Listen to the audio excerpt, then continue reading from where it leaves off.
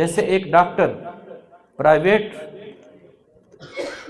کالجوں میں جب وہ پڑھ کے آتا ہے تو ہم تسلیم کرتے ہیں کہ اندہ حق بنتا ہے کہ فیس لوے، اندہ بولیے اندہ حق بنتا ہے۔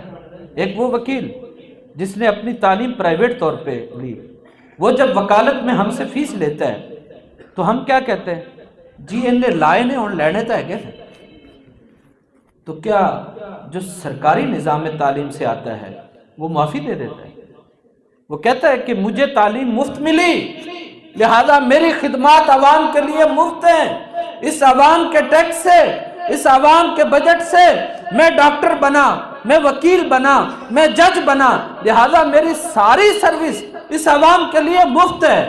ایسی ذہنیت کسی ڈگری ہولڈر کے پاس نہیں، کسی تعلیمی ادارے میں نہیں۔ اگر یہ ذہنیت نسل در نسل اور سلسلہ وار منتقل ہوتی ہے تو خدا کی قسم یہ قرآن اور حدیث کی تعلیم ہے اور حضور کی جو وراثت اور نیابت ہے اس برکت اور اس فیض سے یہ آگے نسل میں بھی منتقل ہو۔